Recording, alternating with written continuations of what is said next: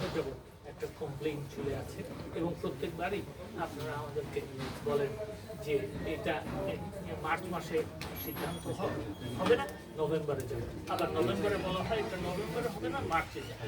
তো আমি সেই জন্য বললাম যে তখন মার্চ মাসের গভর্নিং বডির মিটিংয়ে আপনারা যদি বলেন যে এটা আবার নভেম্বরে যাবে, সেইটা তো আমরা নিতে রাজি।